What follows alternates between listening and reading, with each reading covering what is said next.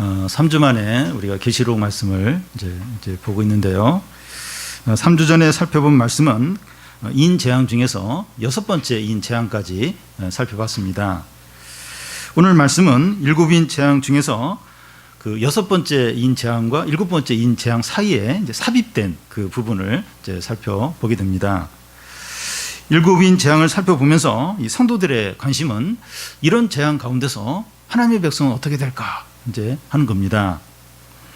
그래서 이 시간에 살펴볼 부분이 첫 번째 인 재앙부터 이제 6번째 인 재앙까지 계속 이제 진행이 되면서 교회가 어떻게 될까 이제 하는 것을 이제 살펴보겠습니다. 교회도 이 재앙과 함께 망하느냐, 아니면 이 재앙으로 인하여 성도들이 신앙을 버리고 세상으로 가버렸느냐, 아니면 환난 가운데서 신앙을 끝까지 성도들이 지키느냐 하는 겁니다. 그 첫 번째 인재앙부터 6번째 인재앙까지 계속 재앙들이 닥치는데 이 교회가 어떻게 되냐, 성도들이 그 재앙 가운데서 다 신앙을 버리고 그냥 세상으로 가버리냐, 아니면 그런 재앙 가운데서 성도들이 믿음을 잘 지키느냐 하는 겁니다. 이런 의문에 대해서 하나님께서 이 재앙 가운데서 이 성도들을 지키신다는 겁니다. 1절에서 3절까지 한 절씩 교대로 읽겠습니다. 이루에 내가 내 천사가 땅 내 등에 선 것을 보니 땅의 사방의 바람을 붙잡아 바람으로 하여금 땅이나 바다이나 각종 나무에 불지 못하게 하더라.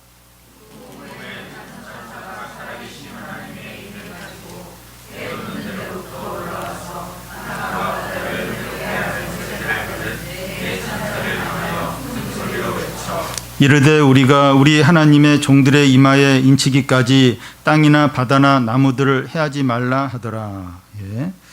요한이 6번째 인 재앙의 이 환상을 본 후에 본 게 뭔가 하면 4명의 천사가 네 모퉁이에 서 있는 겁니다. 이 땅의 네 모퉁이라고 하는 것은 온 땅을 말합니다. 그러니까 6번째 인 그 재앙 후에 보니까 이 천사들이 땅의 네 모퉁이에 서 있는 거예요. 이 땅의 네 모퉁이라고 하는 것은 온 땅을 이제 가리킵니다. 그런데 하나님께서 4명의 천사에게 지시하는 게 이제 뭔가 하면 바람이 땅이나 바다나 각종 나무에 불지 못하게 이제 하라는 겁니다. 여기서 이 바람은 이 팔레스타인에 불어오는 뜨거운 바람을 이제 가리키는데 곡식이나 나무나 사람들에게 큰 해를 끼치는 그런 바람입니다. 그러니까 뜨거운 바람이에요.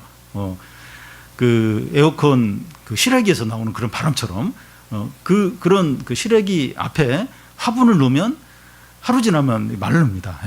이건 뜨거운 바람, 안 좋은 바람이에요. 곡식이나 나무에 해가 되는 그런 이제 바람입니다. 이 바람은 재난의 바람이라고 할 수 있습니다. 홍수 바람이나 지진 바람이나 전쟁의 이제 바람이나 각종 대형 사고의 바람이라고 할 수가 있습니다. 이 대형 사고의 바람이 불면 한두 주 사이에 전 세계적으로 5곳에서 비행기 사고가 일어난 적이 있었습니다. 그때 참 신기했는데 이 어떤 대형 이 사고의 바람이 불면 그래요. 갑자기 그냥 그 짧은 기간에 막 비행기 사고가 세계 곳곳에서 5곳이나 이런 걸 제가 세봤어요. 근데 실제로 아주 짧은 기간에 그런 대형 사고가 일어난 적이 있었습니다. 또 지진의 바람이 불면 한두 달 사이에 세계적으로 3곳에서 대형 지진이 발생을 한 적이 있었습니다. 저도 참 신기해가지고 세봤어요. 그 IT하고 또 어디 이제 그 중국의 스촨성하고 또 한 곳인데 그러니까 별로 차이를 이렇게 나타내지 않으면서 이런 지진이 그냥 짧은 기간에 일어나는 겁니다. 전쟁의 바람이 불면 세계 곳곳에서 지역 분쟁이나 또 내란이나 테러가 급격하게 증가합니다. 그러니까 계속 연이어서 막 테러가 이제 일어나는 거예요. 또 뭐 분쟁이 이제 발생하는 겁니다. 이런 재난의 바람은 더 많이 불려고 합니다. 자꾸 그냥 재난의 바람이 자꾸 이제 불려고 해요. 하나님께서 천사들을 통해서 통제하지 않으면 지금보다 훨씬 더 많은 재난과 사고가 많이 일어난다는 겁니다. 그러니까 왜 이런 지진이 일어나고 또 이런 어려움이 이런 어떤 재앙이 일어날까? 왜 사고가 이렇게 일어날까? 왜 테러가 일어날까? 그러니까 우연히 IS가 뭐 이제 위축이 되면서 세력 확장을 위해서 뭐 그런다 이제 그런 원인을 이제 밝히긴 하는데 그걸로 진정한 어떤 원인이 할 수가 없습니다. 이게 그 하나님이 통제를 하시는 거예요.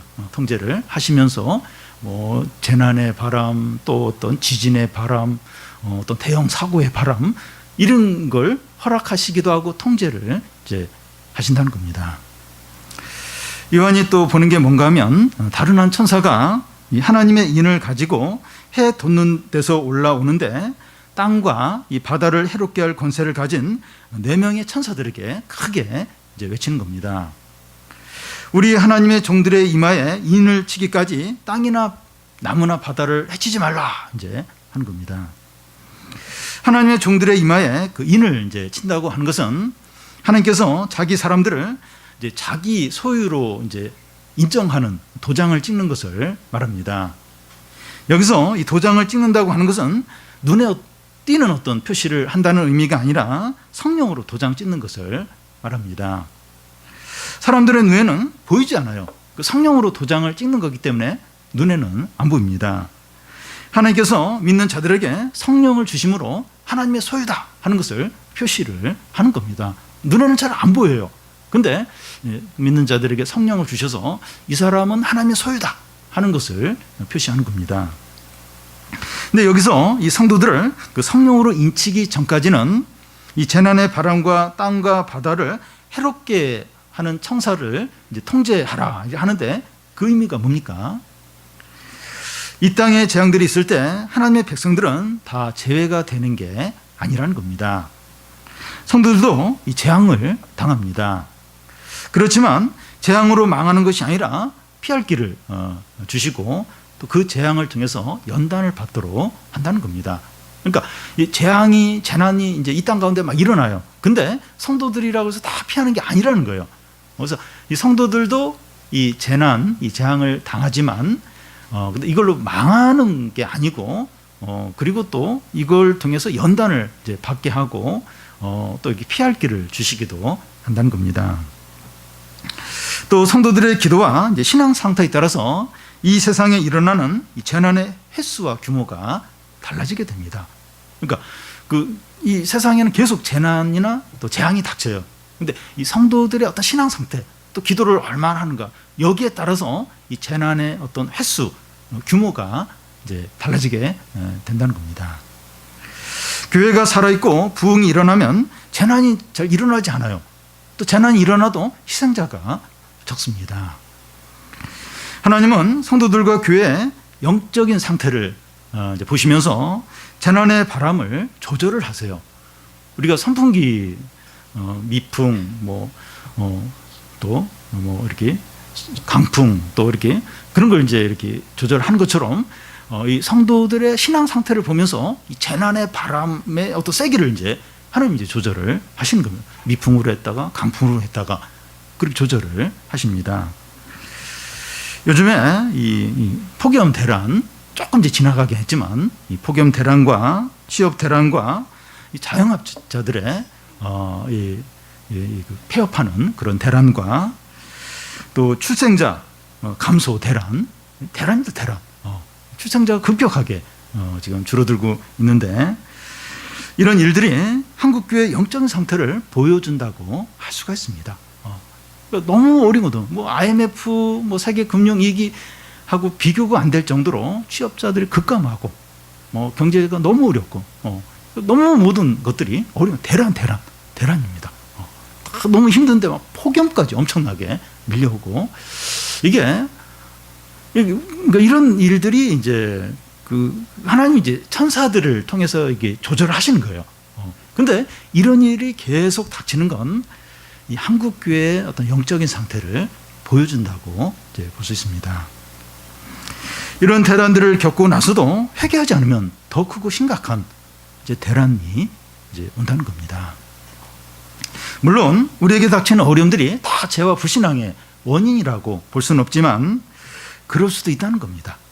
우리의 어떤 죄와 불신앙과 교만과 욕심에 대해서 하나님이 경고하기 위해서 우리에게 이제 이런 어려움들을 주실 수가 있다는 겁니다.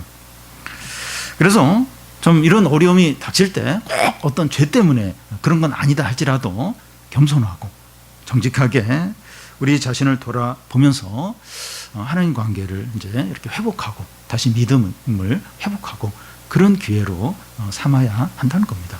왜냐하면 하나님의 세상 모든 일들과 우리 개인의 모든 삶을 주관하세요.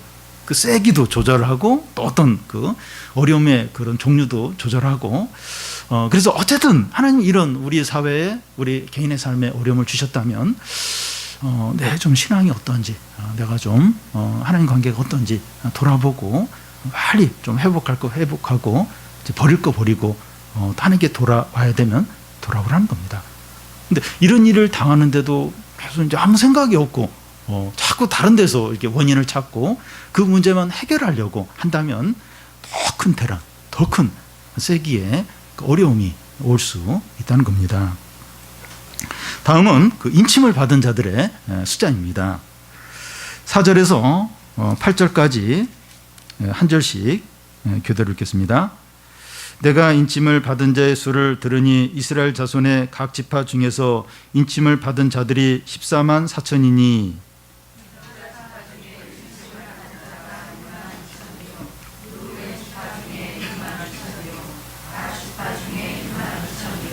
아사의 지파 중에 1만 2천이요 납달리 지파 중에 1만 2천이요 므낫세 지파 중에 1만 2천이요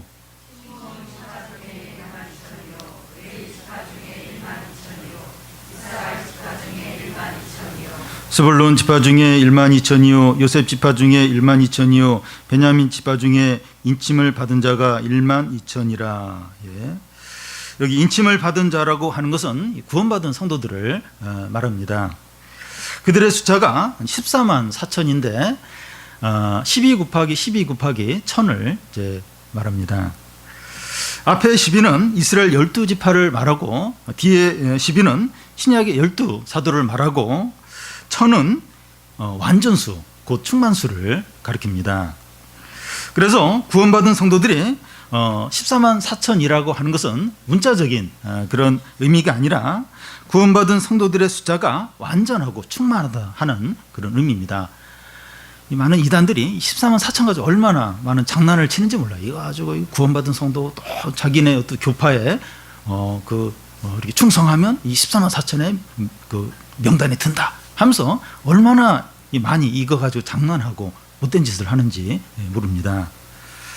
14만 4천은 이스라엘 12지파의 각 지파 12만 명의 그 12,000명의 총합입니다.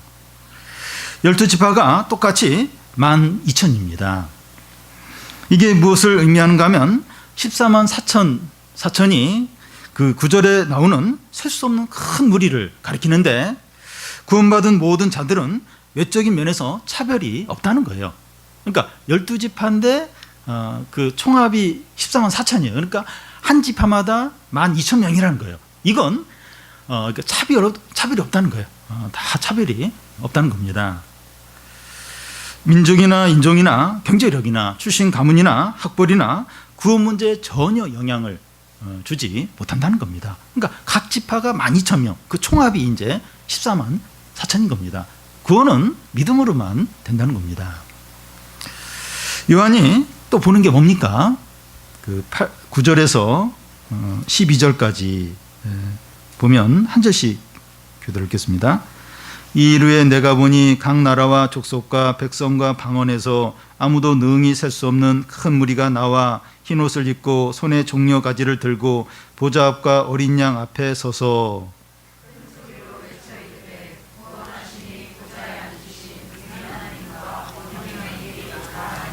모든 천사가 보좌와 장로들과 내 생물의 주위에 서 있다가 보좌 앞에 엎드려 얼굴을 대고 하나님께 경배하여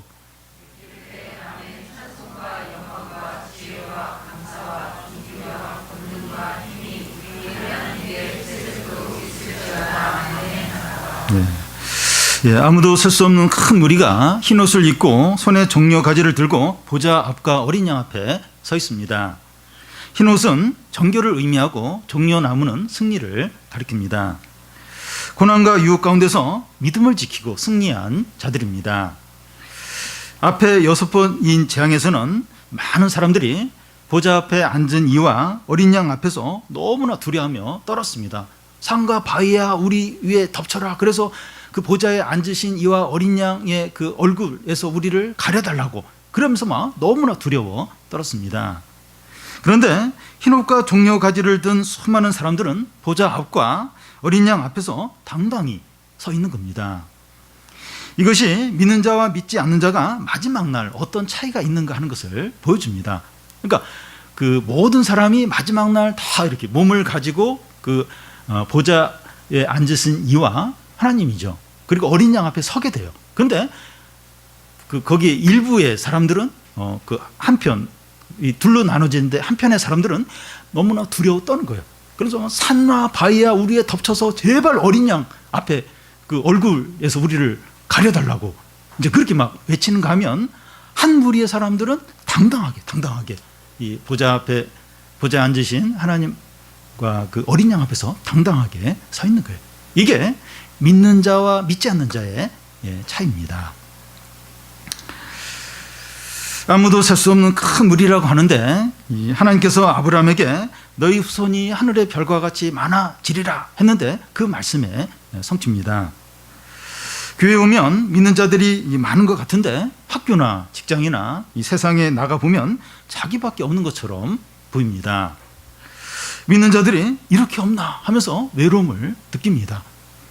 이렇게 나밖에 없나 이러면서 진짜 이렇게 뭔가 자신의 어떤 신앙을 나눌 사람이 너무도 없는 걸 이제 느끼면서 참 외롭다, 힘들다 이런 생각을 이제 하게 됩니다. 근데 그렇지 않다는 거예요. 믿는 사람이 나밖에 없고 그렇지 않다는 겁니다. 엘리야는 갈멜산에서 큰 승리를 거두고 나서 이세벨의 보복을 피해서 광야로 도망을 치다가 노뎀나무 아래서 쉬면서 하나님께 자기를 데려가 달라고 죽여달라고 이제 요청을 합니다. 바알의 무릎을 꿇지 않은 자가 자기밖에 없는데 이세벨이 나마저 죽이려고 지금 사람을 이제 보내고 있다는 겁니다. 그때 하나님께서 말씀하시기를 바알에게 무릎 꿇지 않는 7,000명을 내가 남겨놨다고 하십니다. 엘리야가 생각한 것보다 훨씬 더 많은 믿음의 사람들이 있었던 거예요. 그 사람들이 이제 엘리야의 눈에는 안 보였을 뿐이라는 겁니다. 우리는 믿는 자들이 소수인 것 같아서 낙심하기 쉬운데 낙심하지 말라는 거예요. 마지막 날 이 하늘에 올라가면 도저히 셀 수 없는 엄청난 많은 성도들이 보좌 앞과 어린 양 앞에서 찬양을 한다는 거예요. 지금은 뭐 안 볼 수 있어요. 근데 마지막 날 우리가 이렇게 주님 앞에 가보면 엄청나게 많은 성도들이 그 보좌 앞과 어린 양 앞에서 찬양을 하면서 있다는 겁니다. 현재 우리 눈에 보이지 않을 수 있어요. 그런데 우리 같이 믿는 자가 내가 이렇게 믿음이 좋다면 나보다 나와 같은 믿음을 가진 자나 나보다 더 믿음을 가진 사람이 많다는 거예요. 생각보다 엄청나게 많다는 거예요. 나는 외로워요.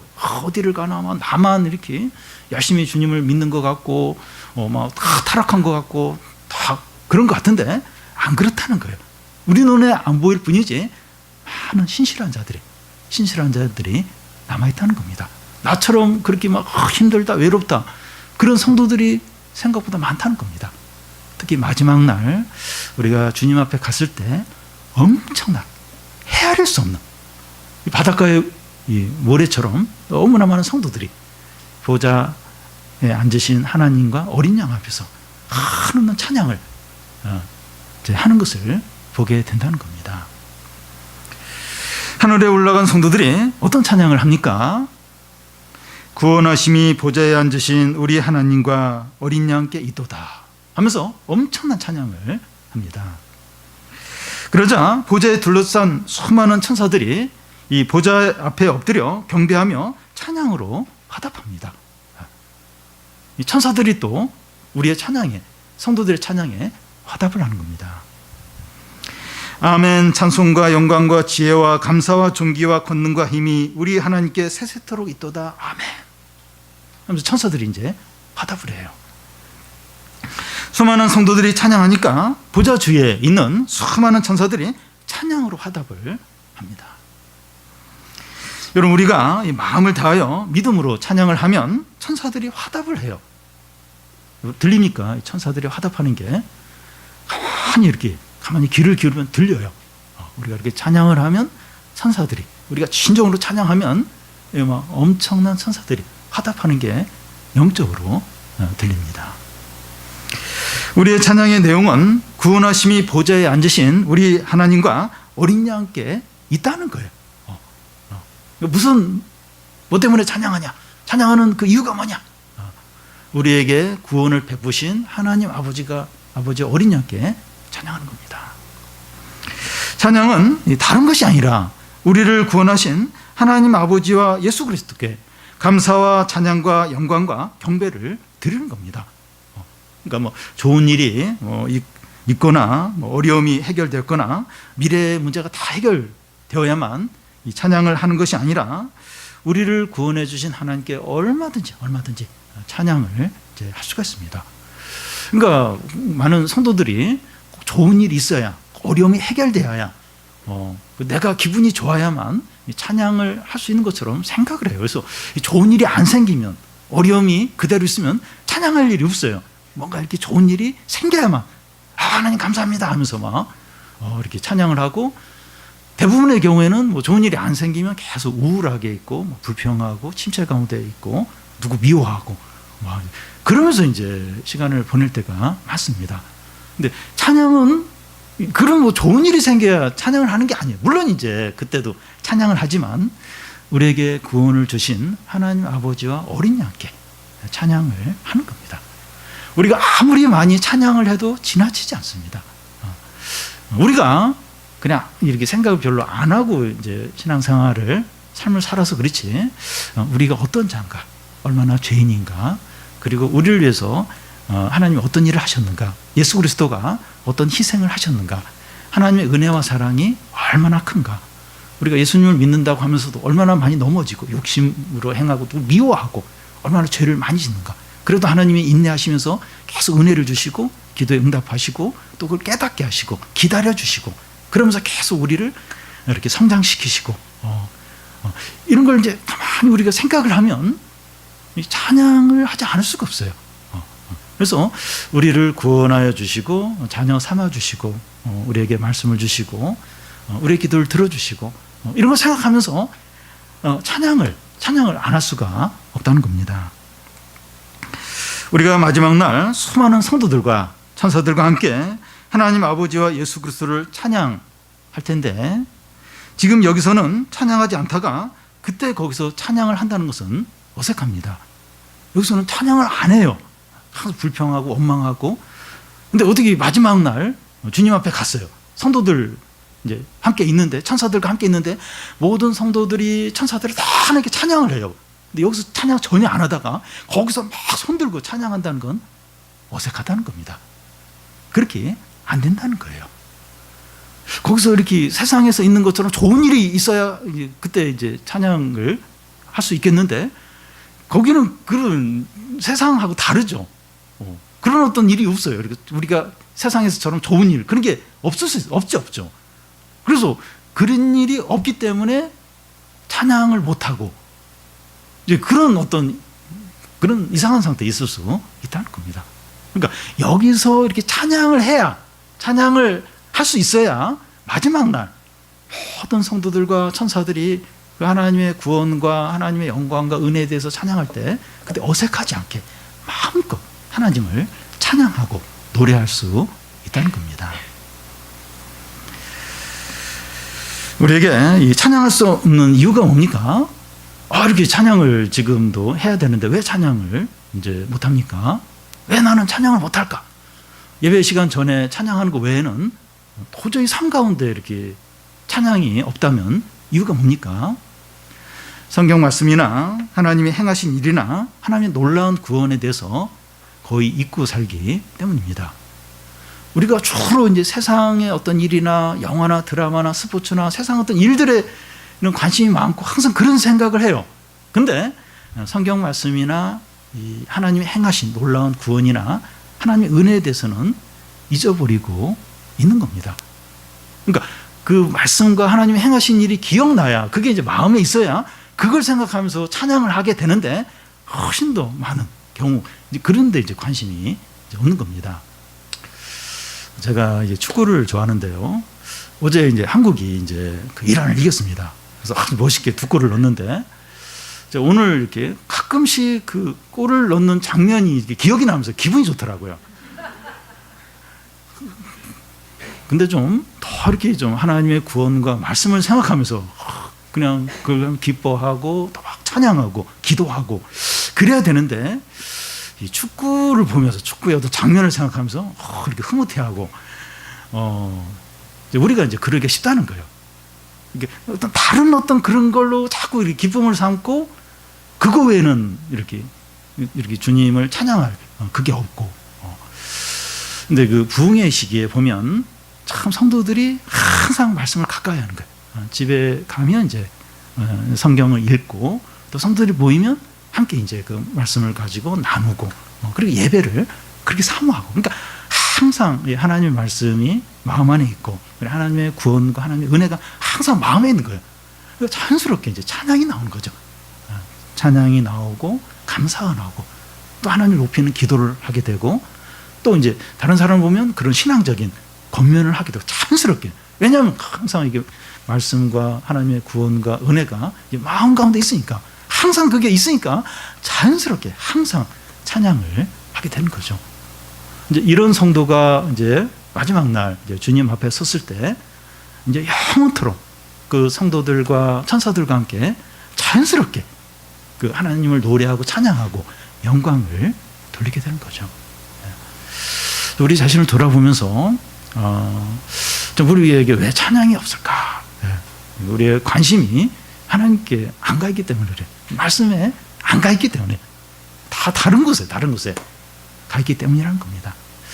우리가 좀 이 세상적인 것 좀 줄이면 좋겠어요. 이렇게 좀 핸드폰 보는 것도 좀 줄이고 TV 이제 이런 거 좋아하시는 분들은 그것도 좀 줄이면 좋겠습니다. 그러니까 우리가 이제 이 말씀이나 하나님에 대해서도 관심을 많이 갖고 그러면서 또 세상적인 것도 좀 관심을 갖고 이건 좀 괜찮을 수 있는데 하나님에 대해서는 그냥 형식적이고 아주 최소한으로 하고 주로 그 외 다른 것들에 거기에 많은 마음과 생각과 관심을 두고 있다면 우리는 찬양이 어려운 거예요. 뭐 세상적인 이야기 드라마나 영화나 스포츠 이야기는 막 많이 할 수 있는데 하나님 이야기는 할 것이 없는 하나님 찬양할 것도 없는 그런 비참한 성도가 될 수 있다는 겁니다.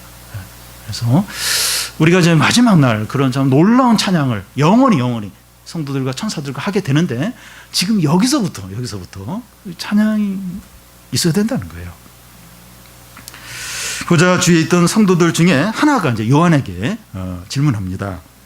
13절, 14절 우리 한 절씩 교대로 읽겠습니다. 장로 중 하나가 응답하여 나에게 이르되 이 흰 옷 입은 자들이 누구며 또 어디서 왔느냐? 내가 말하기를 내 주여 당신이 아시나이다. 그가 나에게 이르되 이는 큰 환란에서 나오는 자들인데 어린 양의 귀에 그 옷을 씻어 입게 하였느니라. 예. 장로 중에 하나가 요한에게 이 큰 무리가 누구냐 하면서 이제 묻습니다. 근데 다 알면서 묻는 거예요. 주의를 환기시키기 위해서 이런 질문을 하는 겁니다. 요한은 당신이 아신다고 대답합니다. 장로가 대답을 하는데 큰 환란 중에 나오는 자들인데 어린 양에 비해 그 옷을 씻어 희게 한 자들이라고 말합니다. 큰 환란이란 그 인재앙을 이제 가리킵니다. 재난과 고난과 핍박과 유혹 가운데서 믿음을 끝까지 지킨 자들입니다. 보좌 앞에서 찬양하는 수많은 성도들은 다 이 세상에 살 동안에 자기 십자가를 지고 산 자들입니다. 그리스도인의 영광은 십자가를 통과한 영광입니다. 고난 없는 영광은 사단의 유혹이에요. 그러니까 지금 여기 이렇게 모여서 이제 흰 옷을 입은 이 성도들 다 이 십자가의 고난을 통과한 자기 십자가를 지고 끝까지 산 자들입니다. 다 고난을 통과한 십자가를 통과해서 영광을 얻은 성도들입니다. 우리가 이 고난을 찾아다닐 필요는 없지만 이 하나님께서 허락하신 고난이 있다면 믿음으로 잘 감당을 하는 겁니다. 우리가 예수님처럼 이렇게 살고 또 예수님처럼 고난을 받아요. 그러면서 이제 우리가 어려움을 겪게 되는데, 그러니까 우리가 막 그 어려움을 찾아다니고 뭐 어려움을 달라고 한 건 아닌데 그 어려움이 생겨요. 너무 힘든 일이 생겨요. 믿음으로 살다 보니까 이제 이렇게 어려움들을 또 겪기도 합니다. 그걸 불평하지 말라는 거예요. 믿음으로 감당을 하라는 겁니다. 내가 예수님을 믿고 또 예수님처럼 그렇게 행하고, 그러니까 예수님처럼 고난도 받는구나. 그러면서 이 불평하지 말라는 겁니다. 이 고난들을 잘 감당해야 하늘에서 수많은 성도들과 함께 찬양을 하게 됩니다. 고난이 싫어서 믿음 포기하고 타협해버리고 그러면 그 마지막 날 이 성도들과 함께 찬양을 못하게 됩니다. 여기 그 마지막 날 이 보좌 앞에서 찬양하는 성도들은 다 그 그리스도의 피로 이 정결케 된 이 고난을 다 통과한, 믿음으로 통과한 성도들이에요. 그래서 우리에게 있는 이 고난을 다 피해버리면, 다 타협해버리면 마지막 날 성도들과 함께 찬양을 할 수가 없게 됩니다. 이제 그런 성도들이 이제 다 찬양을 하는 거죠. 우리가 고난과 환난을 잘 감당하는 것은 대단한 겁니다. 귀한 것이죠.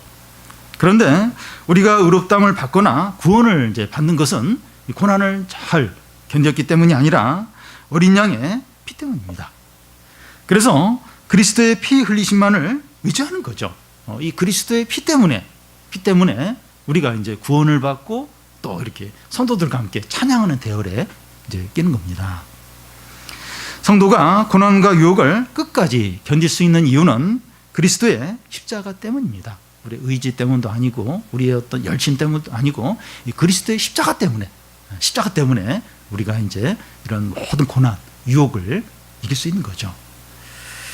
우리가 십자가를 바라볼 때 힘이 생겨요. 위로가 임하고 소망이 생기게 됩니다.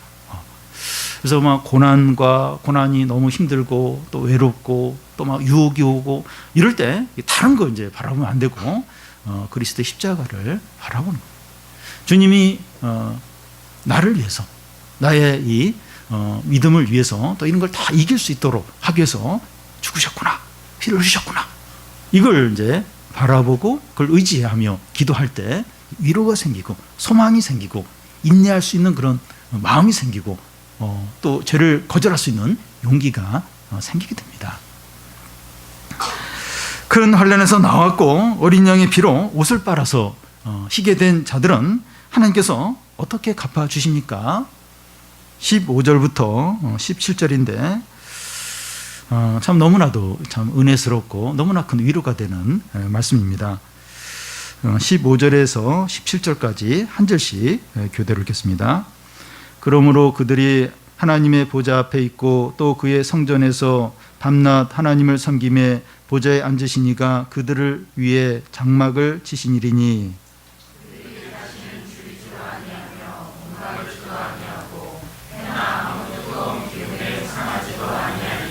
같이 읽겠습니다. 이는 보좌 가운데 계신 어린 양이 그들의 목자가 되사 생명수 샘으로 인도하시고 하나님께서 그들의 눈에서 모든 눈물을 씻어 주실 것임이라. 그러므로라는 접속사로 시작이 되는데 앞에 것에 대한 결과로 무엇이 주어지느냐 하는 겁니다. 그러니까 이 15절에서 17절 방금 읽은 말씀은 너무나 은혜스러워요. 너무 우리에게 위로가 되는 말씀인데 그러므로에서 시작이 된다는 거예요. 그러니까 앞에서 이렇게 성도들이 이제 고난을 이기고 또 이제 그리스도의 피로 자신을 정결케 하고 또 유혹을 이기고 그랬을 때 그러므로 그 결과로 뭐가 주어지느냐 하는 겁니다. 큰 환난 가운데서 끝까지 믿음으로 견디고 어린 양의 피로 의롭게 된 자들에게 하나님께서 무엇을 주시느냐 하는 겁니다. 그게 그러므로 하면서 우리가 방금 읽은 그런 이런 것들이 주어지는 겁니다. 우리가 믿음의 싸움을 다 싸우고 하나님 앞에 갔을 때 하나님 우리에게 어떻게 하십니까? 우리가 있게 될 곳이 이제 하나님 보좌 앞입니다. 우리가 이 믿음의 싸움을 싸우고서 이제 마지막 날 주님께 갔을 때 우리가 이제 어디에 있게 되는가 하면 하나님 보좌 앞에 있게 됩니다. 하나님께서 우리의 장막을 치신다는 겁니다. 하나님께서 우리와 함께 하시는 거예요. 이 장막을 치시면서 하나님과 우리가 함께 이제 있는 겁니다. 우리가 그곳에서 하는 일은 밤낮 하나님을 섬기는 겁니다. 우리가 이제 믿음의 싸움을 싸우고 이제 주님 앞에 마지막 날 가게 되면 보좌 앞에 있게 돼요. 하나님이 우리 위에 장막을 쳐요. 그 얘기는 하나님이 우리와 이제 함께 거하시는 겁니다. 거기서 우리가 하는 일은 이제 밤낮 영원히 하나님을 섬기는 겁니다. 쉬지 않고 하나님께 예배를 하는 겁니다. 한 번씩 예배가 너무 좋을 때가 있습니다. 항상 그러면 좋겠는데 그렇지는 못하고요. 한 번씩 예배가 너무 좋을 때가 있습니다. 예배가 너무 감동적이고 은혜가 되고 예배가 너무 짧게 여겨질 때가 있습니다. 영화를 보거나 취미생활을 하거나 이 맛있는 음식을 먹는 시간과 비교할 수 없이 너무나 행복하고 즐겁고 좋을 때가 있습니다. 근데 성도가 하늘 보좌 앞에서 드리는 예배는 이런 그 예배, 우리가 세상에서 겪은 그런 예배보다도 100배, 1000배 더 은혜스럽고 너무나 좋은 그 예배를 드리게 됩니다. 예배는 성도의 최고의 특권이고 최대의 행복입니다. 하늘에서는 최고로 좋은 것을 영원히 누리는 겁니다. 여기서는 이제 예배로 표현이 되는데 하늘에서는 최고로 좋은 거, 제일 행복한 거, 그걸 영원히 누리는 거예요. 그게 이제 하나님 앞에서 이제 성도가 하나님을 섬기는 건데, 그러니까 우리가 제일 이 세상에서 제일 좋고 행복할 때 제대로 한번 어떤 예배를 드리고 은혜를 받을 때가 이제 그런 순간인데, 그런 최고의 순간을 영원히 이 하늘에서는 그걸 누리게 된다는 거예요. 그러니까 가장 좋고 가장 행복한 그걸 영원히 이제 하늘에서 누리게 됩니다. 그리고 하늘에 있는 성도들은 다시 굶주리거나 목마르지 않고 해나 뜨거운 기운에 상하지 않는다는 겁니다. 세상에서는 여러 어려움들이 있어요. 경제적인 문제나 질병 문제나 자녀 문제나 또 부모에 대한 걱정이나 사고나 재난에 대해서 이제 걱정을 하게 되는데, 하늘에 있는 성도들은 그런 게 전혀 없다는 겁니다. 두려워하거나 염려할 것이 전혀 없어요. 그러니까 걱정하고 두려워하고 또 막 낙심하고 절망하고 그런 게 전혀 없어요. 전혀 없다는 겁니다. 더 이상 걱정하지 않게 돼요. 더 이상 두려워하지 않게 됩니다. 우리가 살면서 얼마나 걱정을 많이 합니까? 얼마나 많은 어려움과 문제를 가지고 있습니까? 이 문제가 해결하면 또 다른 문제가 터져요. 이 어려움이 해결되면 또 다른 어려움이 기다리고 있습니다. 그런데 하늘에 있는 성도들은 전혀 그런 어려움이 전혀 없다는 겁니다. 왜 그런가 하면 보좌에 앉으신 어린 양이 성도들의 목자가 돼요. 이 어린 양이 성도들의 목자가 되어서 생명수 샘으로 인도하시기 때문입니다. 더 이상 배고프지 않고 목마르지 않고 부족함이 없습니다. 모든 좋은 것으로 충만하고 넘칩니다. 그곳에서는 욕심을 부리거나 경쟁할 필요가 없습니다. 세상에서는 너무 막 경쟁이 심해요. 이 가진 게 제한되어 있기 때문에 그 서로 가지려고, 그리고 막 욕심을 안 낼 수가 없어요. 욕심을 사람들이 너무나도 많이 냅니다. 우리 안에도 욕심이 있어요. 그런데 그곳은 그렇게 할 필요가 없는 겁니다. 진정한 쉼과 평안과 기쁨과 행복이 있습니다. 어린 양이 우리의 목자가 되시고 우리를 생명샘으로 인도하는 거예요. 진정한 쉼, 진정한 행복, 진정한 기쁨이 있습니다. 이 세상에서는 진정한 쉼이 없어요. 진정한 행복이 없어요. 이번 주는 괜찮은데 다음 주에도 무슨 일이 일어날지 모르고, 근데 그곳에 가면 진정한 쉼이 있어요. 평안이 있고 행복이 있습니다. 어린 양이 우리의 목자가 되시고 생명샘으로 인도하기 때문입니다. 더 나아가서 하나님께서 성도들의 눈에서 모든 눈물을 씻어 주신다는 겁니다. 세상에서는 눈물을 흘릴 때가 많습니다. 눈물을 직접 흘리지 않더라도 속이 타들어가요. 속이 썩는 것처럼 고통스러울 때가 많습니다. 어떤 때는 너무 힘들면 눈물도 안 나요. 그냥 속이 썩죠. 속이 타들어갑니다. 부모는 이제 자녀 때문에 그럴 때가 있고, 또 어떤 사람과의 관계에서 힘들 때가 있고, 어떤 일에 대해서 염려하면서 그냥 속이 타들어가고 너무나 속상하고 속이 썩는 것 같은 그런 고통들이 이제 있습니다. 그런데 하늘에서는 다시는 눈물 흘릴 일이 없다는 거예요. 속이 타들어가고 썩어가고 그럴 때가 없다는 겁니다. 이 세상에서는 그렇게 그런 고통을 이제 겪는 겁니다. 근데 이제 그곳에 가면 더 이상 눈물 흘릴 일이 없고 고통을 당할 일이 없습니다.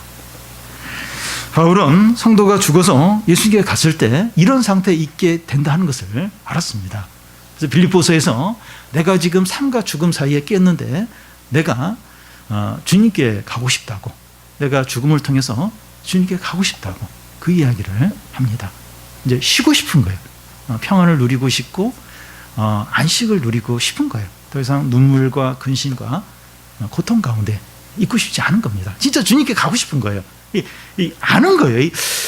지금 이 삶을 떠나서 주님께 가면 그 상태가 어떨까?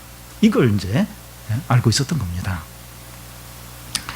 여러분, 우리가 하늘에서의 진정한 안식과 평안과 행복과 예배를 누리려면 어떻게 됩니까? 그런 안식과 평안과 진정한 어떤 행복을 그걸 이제 누리고 싶어요. 그러면 어떻게 됩니까? 이 땅에서 환난과 유혹 가운데서 끝까지 믿음을 지켜야 됩니다. 참 어려움이 많아요. 고난이 많아요. 유혹이 많아요. 그걸 끝까지 믿음으로 견뎌야 됩니다. 한 번이라도 실패하면 끝이다. 그게 아니라 계속해서 믿음으로 견디는 거예요. 유혹을 거절하는 겁니다. 우리에게 오는 환난을 너무 두려워하지 말라는 겁니다. 고난과 어려움들 없는 사람이 없어요. 계속해서 경제적인 질병, 사업, 직장의 어떤 진로 문제 계속 어려움이 닥쳐요. 두려워하지 말라는 거예요. 왜냐하면 하나님이 통제를 하십니다. 이 사회, 이 세상뿐만 아니라 우리 성도들의 삶을 통제를 하세요. 이 바람의 세기, 바람의 종류, 이 고난의 바람의 종류와 세기를 통제를 하세요. 그래서 두려워하지 말라는 거예요. 우리 주인이신 주님이 고난을 당하시고 어려움을 당하셨어요. 종인 우리가 이 고난과 어려움을 안 당할 수 있습니까? 당해야 되죠. 두려워하지 말라는 거예요. 머리털까지 새신 바 되었다는 거예요. 참새 2마리가 땅에 떨어진 것도 내가 통제를 하는데 너일까 보냐. 하나님 자녀인 너희들을 내가 통제하지 않고 그냥 내팽개쳐 두겠느냐 하는 겁니다. 어려움과 고난에서 두려워하지 말라는 겁니다. 죄의 유혹에 넘어가지 말라는 겁니다. 많은 성도들이 고난은 견뎠어요. 고난은 믿음으로 견뎠는데 유혹에 넘어가는 성도들이 너무나도 많다는 겁니다. 그래서 이 죄의 유혹에 넘어가지 않도록 이렇게 그 안정이 되고 편안할 때 더 긴장을 해야 돼요. 그때는 이제 유혹이 찾아요. 유혹이 그 유혹에 넘어가는 성도들이 더 많다는 거예요. 유혹에 넘어가지 않도록 깨어 있으라는 겁니다. 그리고 우리는 어떤 형편 가운데 있든지 마음을 다하여 찬양하시기 바랍니다. 우리를 구원하신 하나님 아버지와 예수 그리스도께 마음껏 찬양을 하는 겁니다. 우리의 경건은 다른 것보다도 우리의 마음과 눈을 통제를 하는 겁니다. 우리가 좀 너무 이 세상 재미에 너무 많이 향해 있습니다. 저도 이제 이렇게 아침에 이제 잠을 깰 때 이렇게 잠을 깨는 제일 좋은 방법이 성경을 보는 게 아니고 기도하는 것도 아니고 이제 이렇게 딱 핸드폰에 네이버에서 뉴스나 스포츠를 보면 잠이 깨요. 제가 그렇게 많이 했습니다. 그거 보면 잠이 깹니다. 그래서 딱 5분만 봐야 되는데 그게 길어지는 게 문제인데, 근데 제가 그거 안 하려고 그래요. 이제 좀 이렇게 줄이려고 그래. 좀 그런 거 좀 안 보고 어떻게 해서든지 더 좀 저의 마음과 생각을 더 좀 그런 것으로부터 좀 이제 줄이려고 합니다. 우리에게 좀 그런 노력이 필요해요. 할 수 있으면 좀 이 성경 말씀과 좀 하나님이 행하신 일들과 하나님의 은혜를 더 좀 생각을 하는 겁니다. 그래서 우리가 아무리 이 하나님의 구원과 은혜와 사랑에 대해서 찬양해도 지나치지 않아요. 더 좀 찬양을 해야 됩니다. 그렇게 찬양을 한 사람이 이제 마지막 날 이 많은 성도들과 천사들과 함께 하나님을 찬양하는 거죠. 영광의 찬양을 하게 되는 거죠. 그러니까 여기서부터 그런 찬양을 해야 해야 한다는 겁니다. 우리 좋은 일 찾지 마시고 어려운 일 해결되기를 기다리지 마시고 좀 우리의 구원과 하나님 은혜와 사랑에 대해서 여러분 오늘 우리 밤에 주님이 우리를 데려가셔도 우리는 아쉬울 게 없는 자들입니다. 영원히 하나님과 함께 찬양을 하고 구원과 그 영광을 기뻐하고 누릴 자들이에요. 뭐 부족한 게 없죠. 부족한 게 들을 게 없는 겁니다.